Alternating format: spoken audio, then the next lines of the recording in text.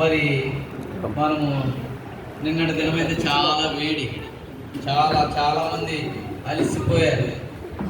చాలామంది గుండె దడ కొట్టేసుకుంది. నిన్న చాలామంది బయటికి వెళ్తే ఏసీలో ఉన్న వాళ్ళకి పర్లేదు, కానీ ఏదేమైనప్పటికీ దైవజనుని బట్టి నేను దేవుని స్తుతిస్తున్నాను, మహింపరుస్తున్నాను. బిషప్ కొల్లాబత్తుల ప్రభాకర్ గారిని బట్టి, వారి పరిచర్యని బట్టి, వారి దేవుని దృష్టిలో దీనదాసుడిగా వారు చేయించిన సేవను బట్టి, సంఘం కావలసినటువంటి కొన్ని మాటలు చెబుతూ ఉన్నప్పుడు సంఘం ఆలకించాలి. అది మనకు ఆశీర్వాదం. దేవుడు బయలుపరిచినప్పుడు దేవుడు ఏర్పరచుకున్నటువంటి ఆయన దాసుల నుండి చెప్తూ ఉంటాడు. అదే రెండు మనం సమయంలో చూసుకుందాం కొన్ని మాటలు. ఈరోజు దేవుడు డైరెక్ట్గా చెప్పడండి.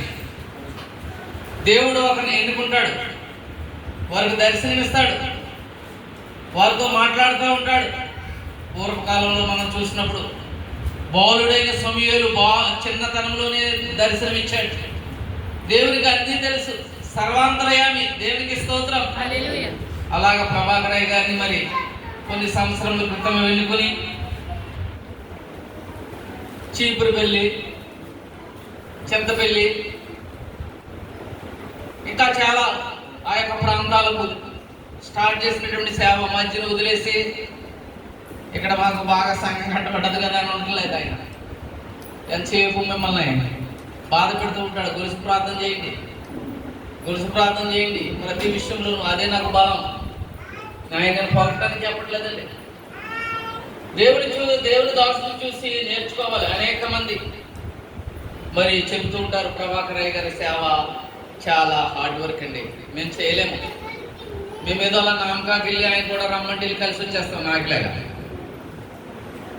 ప్రియ సంగమా, విడవకుండా దేవునిలో మొదలుపెట్టిన పనిని కడముట్టించే వరకు అపోస్తలుడైన పౌలు ముందు దేవుడు తెలియదు, కానీ దేవుడు మొత్తిన తర్వాత ఎన్ని సంఘాలు కట్టాడండి? 14 సంఘాలు కట్టాడు. ఆయన హింసించిన, ఆయన బాధించిన, ఆయన సజీవంగా చంపేస్తానన్న, హతమారుస్తానన్న జడవలేదు. ఆ సేవల కొలువుతో కొనసాగిస్తూనే ఉంటాడు. జైల్లో ఉండి పత్రికలు రాసేవాడు. ఎందుకు జ్ఞాపం చేస్తున్నామంటే మన దాసుని చూసి, మనకి దేవుడిచ్చినటువంటి సేవకులను చూసి మనం కొన్ని నేర్చుకోవాలి. పొగట్టం కాదు, నేర్చుకోవాలి. పొగట్టం వల్ల ఏమీ ప్రయోజనం, ఆయనకి ఏమీ ప్రయోజనం లేదు, మనకేమీ ప్రయోజనం లేదు. నేర్చుకోవాలి. దేవుడు ఏమి నడిపిస్తున్నాడు, ఏం చేస్తున్నాడు, మన ప్రజలు నేర్చుకుందాం కొన్ని విషయాలు. బాలుడైన సమూయేలు, హన్నా, ఇదంతా మీకు తెలుసు. ప్రార్థన జీవితం ద్వారాగా దేవుడిచ్చినటువంటి బహుమానం, తన యొక్క పూజ ఫలితం అన్నమాట. ప్రార్థనా ఫలితం దేవుడిచ్చిన వరమని చెప్పాలి. మనము అంటామండి, ఉడికినిస్తే ప్రభు ప్రతి వారం చర్చి తీసుకొస్తాను, మర్చిపోతాం. నేనంతే వాళ్ళ పెద్దోళ్ళు అయితే మన మాట వినరు. అందుకే కమర్సు సమూయేలుని ఒక వయసు వచ్చే వరకు తల్లి దగ్గర ఉంచాడు దేవుడు. ఇంకా తల్లిదండ్రులు మాట వినకపోయినేమో, అలాంటి వాడు కాదు సమూయేలు. ఆయనకి ఇచ్చిన తర్బీదు మరి దేవుని మందిరంలోకి తీసుకుని వచ్చి సమర్పించేసింది. అక్కడ ఏలి ముసలోడు అయిపోయాడు. దేవుని ప్రణాళిక అంతా చాలా గొప్పగా ఉంటుందండి. మనం తెలుసుకుంటే మన జీవితంలోనే ఎవరితో చూడక్కర్లేదు. మన ప్రణాళికను దేవుని ప్రణాళిక మన పట్ల ఎలా ఉందో మనం గమనించుకుంటూ వెళ్ళాలి. ఒక భక్తుని యొక్క జీవితాన్ని చూసి మనం నేర్చుకోవాలి. నా జీవితంలో కూడా ఇలాగే చేస్తున్నాను కదా ప్రభు అంటూ నేను కూడా మార్పు చేసుకోవాలి కదా. దేవునికి స్తోత్రం, హల్లెలూయా. నేను అంతమంది చెప్తుంటాను, ఒక ప్లాన్, ఒక సిద్ధపాటు, ఒక క్రమం సమూయేలుకు ఉందండి. బాలుడిగా ఉన్న సమూయేలు సాయంత్రం అయిపోతుంది, లైట్లు కట్టేయాలి, పాస్టర్ గారు వెళ్ళిపోతారు, ఆయన ముసలోడు అయిపోయాడు, ఆయన కనిపించదు, పెద్దగాడే పంపించేద్దాం ఇంటికి, తర్వాత నేను అన్ని చూసుకుని వస్తానులే.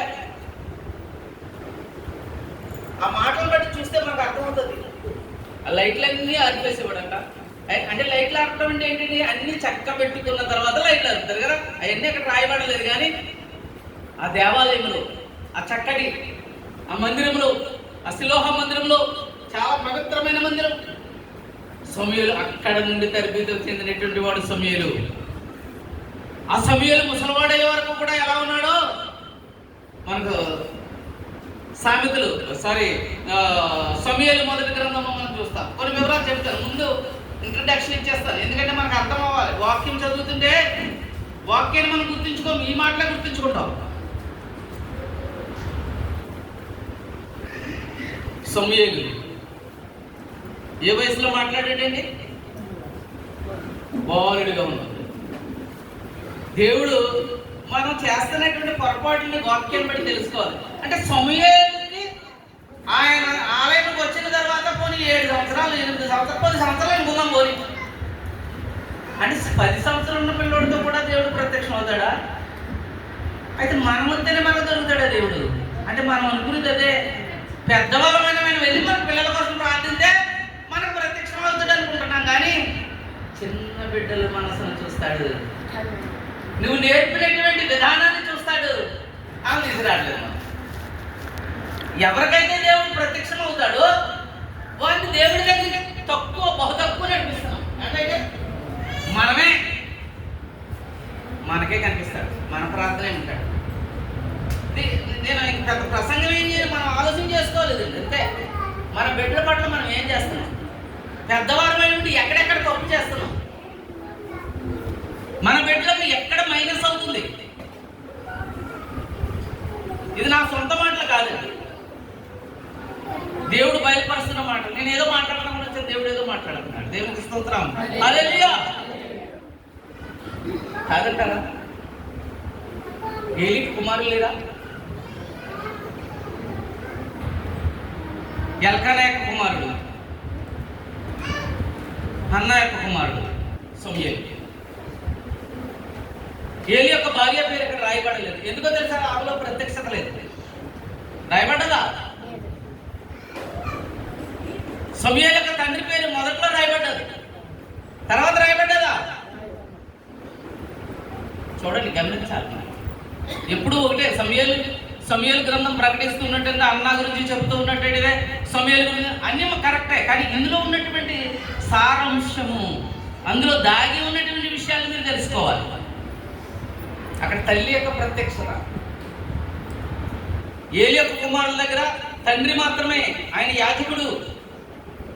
అందుకని రాయవలసి వచ్చింది. ఆ ఆలయంలో, శిలోహ మందిరంలో, ఆ పవిత్రమైన మందిరంలో ఏలి గొప్ప దైవజనుడు.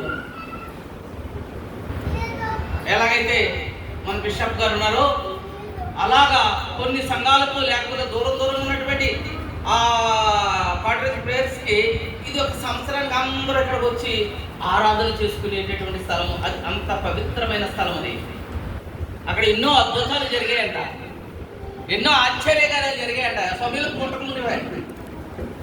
అందుకని సమూయేలు యొక్క తల్లి సంవత్సరానికి ఒకసారి గాడిదలు ఎక్కువ, ఒకవేళ ఉన్నవారు అయితే గాడిద ఉండేది తీసుకెళ్ళి, ఇంకా ఉన్నవారు అయితే ఒంట్లు ఉండేవి. ఒక అతను ఎక్కిస్తే తీసుకుని వెళ్తాడు, లేదంటే అలాగే మన మరియమ్మ గారు ఎలిజబెత్ దగ్గరికి వెళ్ళినప్పుడు ఎలాగైతే ఆ యొక్క రాళ్ళు రప్పలు దాటుకుంటూ యేసుక్రీస్తు ప్రభు వారు గర్భంలో ఉన్నారు, ఎలిజబెత్ యొక్క గర్భంలో యోహాను గారు ఉన్నారు, ఆ యొక్క బంధువుని కలగడానికి ఆ యొక్క ప్రాంతాలు అలా నడుచుకుంటూ వెళ్ళిపోయింది. మన మలిపురం అంటే బాబు మన మలిపురం ప్రభావం నడలేని ఇక్కడ నేను అలా అయిపోయింది. నేను ఏమంటున్నానంటే, ఎవరినంటే బాబు నేను బాయిలర్ కూడానయ్యా, ఏసీ లేకపోతే ఉండలేదు నేను. నువ్వేమన్నా ఏంటిది పార్నుకోడు, నో ప్రాబ్లం. అలా అయిపోయింది మన శరీరం, బాయిలర్ శరీరం అయిపోయింది. బాయిలర్ కోడ్ని కాలితే ఏమవుతుందని కూడా చెప్తాను. అదే మరి పార్నుకోడు అనుకోండి, అది ఎంత కాలితే అంత కమ్మగా ఉంటుంది. మన శరీరాలు అలా బాయిలర్ కోడ్ శరీరాలుగా అయిపోయింది బాబు. ఏసీలు, కూర్చున్నా కలిసి లేకపోవడం. మీకు ఒక విషయం చెప్తాను, వాక్యం అక్కడ నుంచి ఒక మంచి మాట చెప్తాను. కూర్చున్నటువంటి మీ అందరూ కూడా మీరు ఎప్పుడైనా గమనించారో లేదో, ఫ్లైట్లో చెప్తారు. అలా ఒక ½ గంట కానీ 15 మినిట్స్ కానీ కూర్చున్న తర్వాత ఇలా కూర్చుని ఉంటారు కదా, ఈ కాళ్ళు ఇలా అనుకోవాలి. ఈ యొక్క నరాలు మన యొక్క గుండెకి పనిచేస్తాయి. ఇది వీక్ అయిపోయింది. మనం పని చేసుకుంటున్నారు, వాక్యం వింటానే ఉండాలి, దేవుని స్తుతించాలి. ప్రభు స్తోత్రం స్తోత్రం స్తోత్రం స్తోత్రం స్తోత్రం స్తోత్రం స్తోత్రం. హల్లెలూయా.